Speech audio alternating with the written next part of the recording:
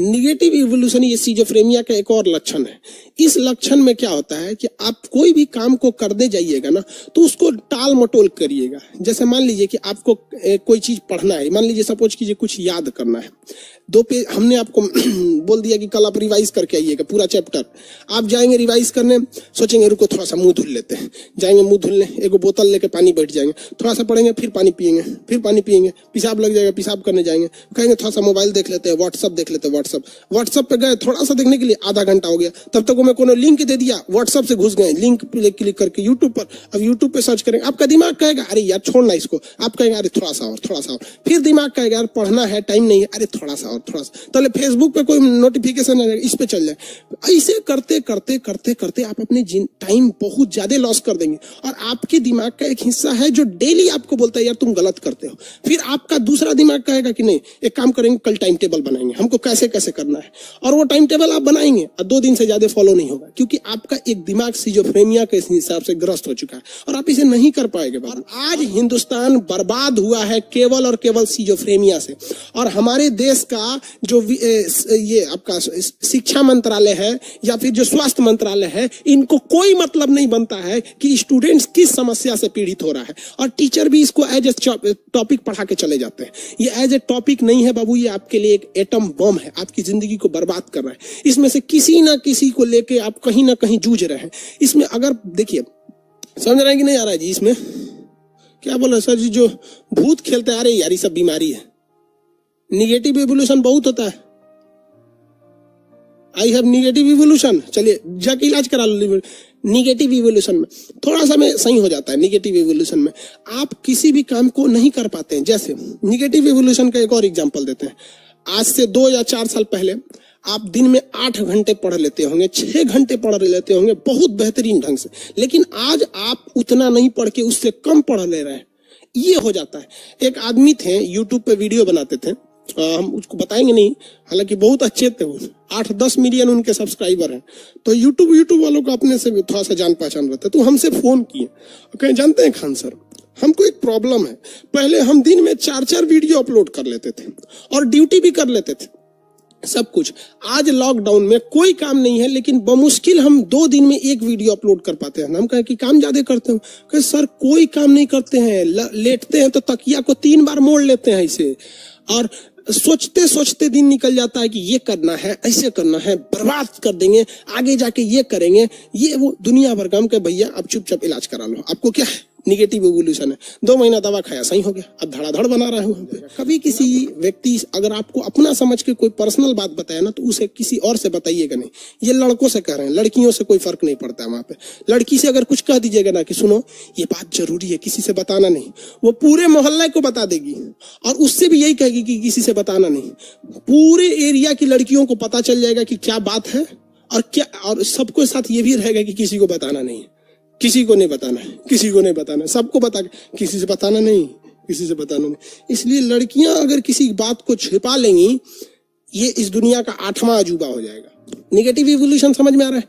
इसमें से आप लोग ग्रस्त होंगे। लोग यहाँ पर कोई 6 घंटा पढ़ता होगा, अब वो पढ़ ही नहीं पा रहा है टेंशन में, तो याद करता होगा यार हम कितने ज्यादा पढ़ाई करते थे, ये है वो बहुत ज्यादा हो जाता है। समझ में आ गया? ये सारी की सारी लक्षण सिजोफ्रेनिया का है, और किसी भी व्यक्ति में ये सारा नहीं दिखता है, कोई एक दिखता है जिसे वो मामूली हेडेक या डिप्रेशन कह के निकाल देता है। और निकालो बबुआ, ये जितना जल्दी इलाज करोगे उतना कम दवा खाना पड़ेगा। और अगर ये बीमारी यार किसी में 15-15 साल से है, आप जान के तजुब करिए, कोई लड़का में ये बीमारियां होती हैं निगेटिव इवोल्यूशन या अकेले में बात करना, ये कक्षा 5 से वो करते आ रहा है। ये सारी चीजें उसको होती है, वो 15-15 साल बाद लोगों को पता चलता है। इलाज करा लो जल्दी से सही हो जाएगा, 6 महीना, 1 साल, 2 महीना, जितना जल्दी इलाज करोगे उतने कम दवा खाना पड़ेगा, ज्यादा देर कर दोगे तो ज्यादा दवा खाना पड़ेगा, नॉर्मल हो सकता है इसमें। ये होती है सिजोफ्रेनिया। इसका इलाज न्यूरो यानी ब्रेन वाला सर्जन नहीं करता है, ना चीर फाड़ देगा, न्यूरो फिजिशियन करेगा, और उसे कहिएगा कि सर हमें सिजोफ्रेनिया है, और उसको कहिएगा देखिए सर हमको कोई आवाज नहीं सुनाई देता है, हमको कोई डाउट शक नहीं रहता है, या फिर हम अकेले में बात करते हैं तो बताइएगा ये चीजें, तो डॉक्टर आराम से आपका इलाज कर लेगा। उसको लगेगा नहीं पढ़ा लिखा इंसान है, वो समझ जाएगा कि खान सर का स्टूडेंट है। किसी को दिक्कत है सिजोफ्रेनिया में, सिजोफ्रेनिया में कोई डाउट नहीं है। कल यही समझा रहे थे, नौटंकी कर रहा था सर। अब बताओ किसको क्या दिक्कत है? सर हम श्योर हो गए निगेटिव इवोल्यूशन देखो बबुआ, यार तुम लोग पागल हो क्या? कर रहे कि सर निगेटिव एवोल्यूशन भी जेनेटिक्स होता है क्या? यार ये सारा चीज सिजोफ्रेनिया का हिस्सा है। ये A to Z चीजें किसकी हिस्सा है? सिजोफ्रेनिया का। कोई अलग से थोड़ी बता रहे हैं हम, या फिर वो हेलुसिनेशन और डिल्यूशन अकेले में बात करना, ये सारा का सारा चीज जेनेटिक्स होता है। आप देखिएगा, आपके अगर आपके पिताजी दादाजी बात कर रहे हैं, मान के चलिए आपके कुछ ऐसे बात करते हैं, तो आपके भाइयों में भी कुछ कुछ ये लक्षण दिखेगा। अब होता क्या है कि एक चीज से दूसरी चीज में फोटोकॉपी कीजिएगा। जेनेटिक्स का मतलब क्या होता है? फोटोकॉपी करना। तो एक चीज को रख के फोटोकॉपी कीजिएगा, इसको हटा के फिर इससे फोटोकॉपी कीजिएगा, इससे फोटोकॉपी कीजिएगा, तो 8-10 बार कीजिएगा तो एकदम धुंधला आ जाता है। तो वो कंप्लीट वो लक्षण नहीं आता है। जेनेटिक्स का मतलब क्या होता है? फोटोकॉपी करना, हर बार पेज बदल के फोटोकॉपी करना। मान लीजिए आपके पिताजी में है तो वो ओरिजिनल हो गए, उससे फोटोकॉपी कीजिएगा तो आप में ज्यादा आएगा। अब पिताजी को हटा दीजिए, अब आपका फोटोकॉपी जाएगा, लड़के में वो थोड़ा और कम होगा और कम होगा, इसे 8वें पीढ़ी में जाके खत्म हो जाता है। Genetics is not more than but is like a photocopy machine. Understand? Sir pregnant lady के साथ भी होता है भाई, हो सकता है। प्रेग्नेंट लेडी में ये नियम नहीं लगता, क्योंकि एक प्रेग्नेंट लेडी का मतलब क्या होता है? वो अकेले तो है नहीं, उसके साथ 2 लोग हैं, तो उसमें कुछ अलग ही हो जाते हैं सब। उसको कमजोरी वगैरह हो जाता है तो वो एक अलग मैटर है। अरे बकलोलवा, सूरज कुमार बोल रहे हैं कि इसका क्योर क्या है? भैया हम डॉक्टर थोड़े हैं यार। आप समझो यार, इसका स्पेशलिस्ट डॉक्टर होता है, 6 साल की पढ़ाई करता है। हम तो आपको ये डॉक्टर से मिलकर बता रहे हैं, ये हमको खुद नहीं उतना इसके बारे में पता था, हमें ये बात एक डॉक्टर ने बताया तो हम आपको बता रहे हैं। हम कहे कि भाई बढ़िया बात है, ये तो स्टूडेंट्स के लिए अच्छी है, आप बता दीजिए। हम उन डॉक्टर को फीस दिए, उनको लगा कि हम इलाज करने आए हैं। हम नहीं, इलाज नहीं कराना था हमको। हम उनसे ये पूछे कि भैया हमने ऑफलाइन बच्चों को पढ़ाया है, हम ये सारी चीजों को देखें। मेरी पटना में सबसे बड़ी लाइब्रेरी है, रात में वो लाइब्रेरी चलती थी तो मोबाइल से ही सीसीटीवी कैमरा अटैच रहता है। आज आप कहीं भी रहिए, कहीं के कैमरा को देख सकते हैं, आपके पास बस उसका पासवर्ड रहना चाहिए। हम देखते थे कि लड़का न मोबाइल लिया है, न कुछ, टहल रहा है रात में 2 बजे, बात कर रहा है किससे। अरे भैया मोबाइल रहता है तब ना, तो हम समझे यहाँ पे तो डॉक्टर को हम फीस दे के ये सब चीजें पूछे।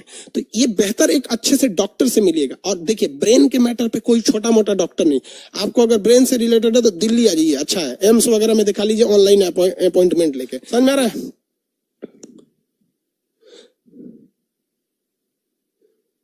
किस विभाग के डॉक्टर से कंसल्ट करेंगे?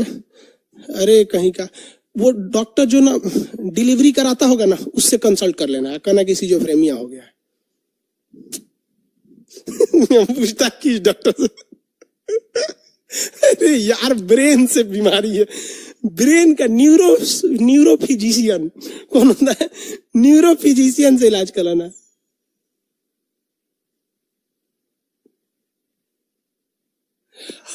अंडर आई सर्किल ये टेंशन से होता है, ये यहाँ पे एक काला दाग हो जाता है, आंख के नीचे देखेंगे ना काला धब्बा बनने लगता है, ये 2 वजह से होता है, कमजोरी और एक्सेस टेंशन से।